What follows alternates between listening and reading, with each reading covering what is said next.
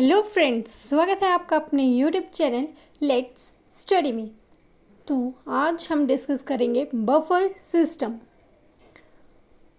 Chemically देखा जाए buffer system body के पीएच को न्यूट्रलाइज करते हैं, यानी कि ये क्या करेंगे, resist the changes in pH of solution. Buffer system का काम ही है कि बॉडी के पीएच को स्टेबलाइज करना, यानी कि उसे न्यूट्रलाइज करवाना। Strong acid lower the pH more than the weak acid because strong acid release H positive more readily and thus contribute more than weak one। यानी कि जो स्ट्रॉन्ग एसिड्स होते हैं वो पीएच को ज़्यादा लोअर करते हैं as comparison to weak acids, क्योंकि स्ट्रॉन्ग एसिड्स वो ज़्यादा रिलीज करते हैं H positive ion as compare to weak acids. चलिए, there are 3 types of in buffer system. 3 type के बफर सिस्टम प्रेजेंट होते हैं। First is carbonic acid bicarbonate buffer system, second is phosphate buffer system and last one is the third one is the protein buffer system. तो चलिए, सबसे पहले हम first को discuss करेंगे, that is the bicarbonate buffer system. Bicarbonate buffer system को carbonic acid bicarbonate buffer system भी बोला जाता है। तो होता क्या है कि जब H पॉजिटिव आयंस की कंसंट्रेशन बहुत ज़्यादा होती है और pH कम है तो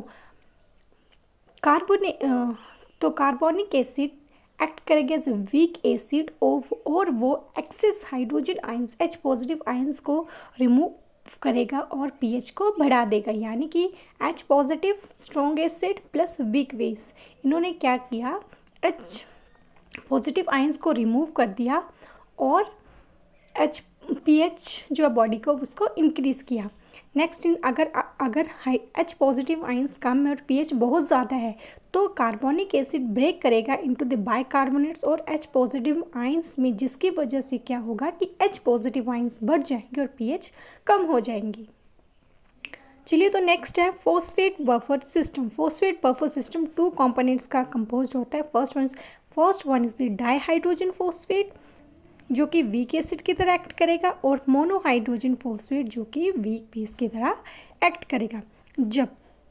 तो चलिए, इसमें फर्स्ट है जब OH नेगेटिव की कंसंट्रेशन ज़्यादा है और H पॉजिटिव की कम है, तब क्या होता है कि जो डाईहाइड्रोजन है वो ब्रेक कर जाता है इनटू द मोनोहाइड्रोजन में और H पॉजिटिव से, जिसकी वजह से H पॉजिटिव की कंसंट्रेशन रेज हो जाती है और pH मेंटेन हो जाता है।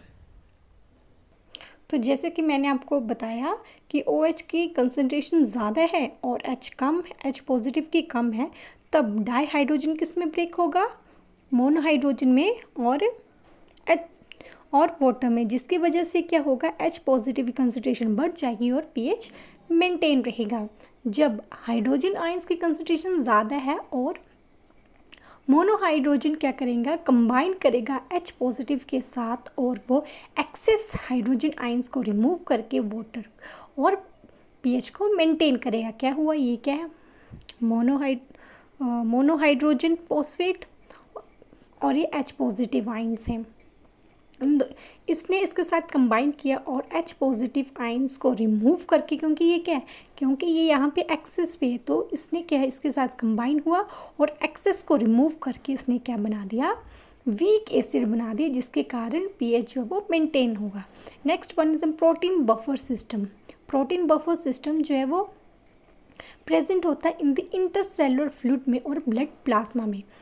First one is protein haemoglobin, एक बफर है आरबीसीज में कौन बफर है, हेमोग्लोबिन, और ब्लड प्लाज्मा में कौन है, एल्ब्यूमिन। तो चलिए, सबसे पहले हम बात करते हैं एल्ब्यूमिन की। ब्लड प्लाज्मा में जब हाइड्रोजन आयंस की कंसंट्रेशन कम है और pH बहुत ज़्यादा है तो H पॉजिटिव तो क्या होगा, H positive ions carboxyl terminal से रिमूव होगा और बैलेंस करेगा pH। यानी कि ये क्या है, ये कौन सा लगा है, कार्बोक्सिल टर्मिनल्स पे, कार्बोक्सिल टर्मिनल्स है, ये कार्बोक्सिल है, ग्रुप है, इसके साथ क्या होगा, H पॉजिटिव आयंस रिलीज हो जाएगा और pH के बैलेंस को मेंटेन करेगा। क्योंकि यहाँ पे पीएच कम है और हाइड्रोजन ज़्यादा है, तो क्या होगा, ये इसको रिमूव कर देगा एक्सेस को और पीएच मेंटेन करेगा, पीएच के बैलेंस को मेंटेन करेगा।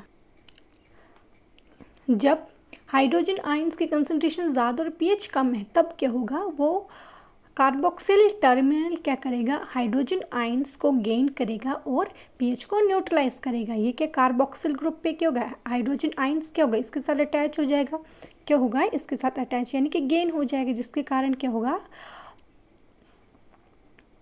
पीएच न्यूट्रलाइज हो जाएगा। अगर एक्सेस में है तो क्या होगा, तो भी सेम है, जैसे ये एक्सेस में है तो ये रिमूव हो जाएगा। नेक्स्ट पॉइंट इज, अब हम बात करते हैं आरबीसी में, हेमोग्लोबिन में, ट्रांसपोर्ट द कार्बन डाइऑक्साइड, ठीक है, H positive ion bind so the haemoglobin act as an buffer. यहाँ कौन बफर की तरह एक्ट कर रहा है, हेमोग्लोबिन बफर की तरह एक्ट करेगा और एच और मेंटेन करेगा हाइड्रोजन की कंसंट्रेशन। ये क्या है, कार्बन डाइऑक्साइड, वाटर है, और ये क्या बन जाता है, कार्बोनिक एसिड, एंड देन ये डिसोशिएट हो जाता है into H positive and bicarbonates में। तो चलिए हम नेक्स्ट टॉपिक स्टार्ट करेंगे, क्योंकि ये जो बफर सिस्टम है ये छोटा सा ही इसका पार्ट था, तो हम इसी के साथ नेक्स्ट भी कवर कर लेंगे, that is the carbon monoxide poisoning. Basically carbon monoxide एक कलरलेस ऑडरलेस गैस होती है जो कि एग्जॉस्ट फ्यूम्स में पाई जाती है। कहाँ से, ऑटोमोबाइल से, गैस फर्नेसेस से और टबैकोस में देखी जाती है। बेसिकली कार्बन मोनोऑक्साइड जो है हेमोग्लोबिन के हीम ग्रुप के साथ बाइंड होती है, और जो कार्बन मोनोऑक्साइड की हेमोग्लोबिन के साथ बाइंडिंग स्ट्रॉन्गर होती है, कितनी, 250 टाइम्स स्ट्रॉन्गर होती है as the binding of oxygen to the haemoglobin. बोला कार्बन मोनोऑक्साइड जो है वो 250 टाइम्स, 250 टाइम्स स्ट्रॉन्गरली, ज़्यादा स्ट्रॉन्गर बाइंड होता है देन दी ऑक्सीजन से, ठीक है।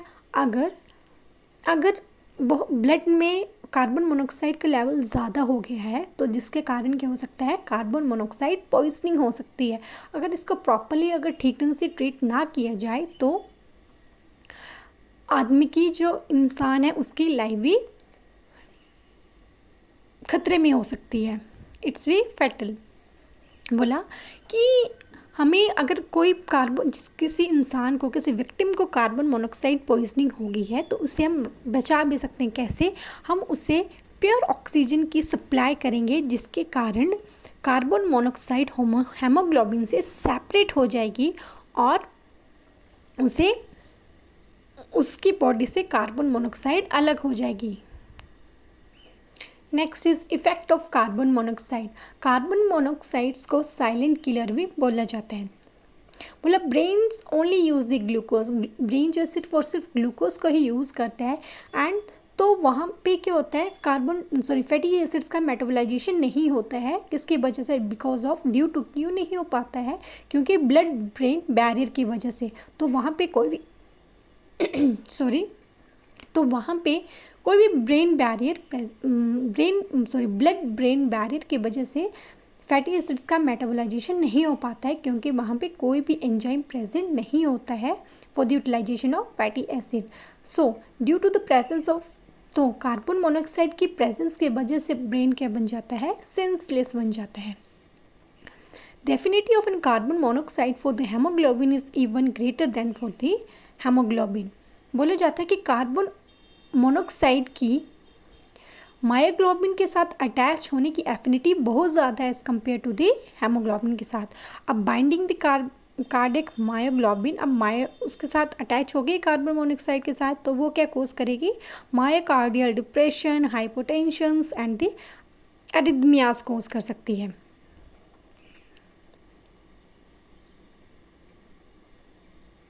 Next is cellular uptake of oxygen is blocked by the.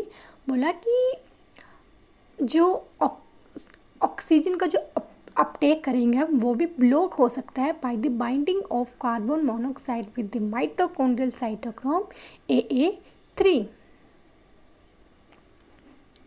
Next is the the hypoxia precipitates endothelial cells and the platelets release। ठीक है, ये क्या रिलीज़ करेंगे? नाइट्रिक एसिड, जो क्या कोज करेंगे, बॉडी में कॉम्प्लिकेशंस कोज हो जाएंगी एंड देन जिसके कारण वेसल्स प्रेसिपिटेट होंगे और WBC come outside and cause the cell death. और ये ब्रेन में mitochondrial dysfunction, capillary leakage, leucocytes and apoptosis भी कोज करती है। कौन? Carbon monoxide poisoning. That's all for today friends. तो चलिए अब हम मिलेंगे नेक्स्ट वीडियो में। तब तक प्लीज़ वीडियो को लाइक करें, शेयर करें और चैनल को सब्सक्राइब करें।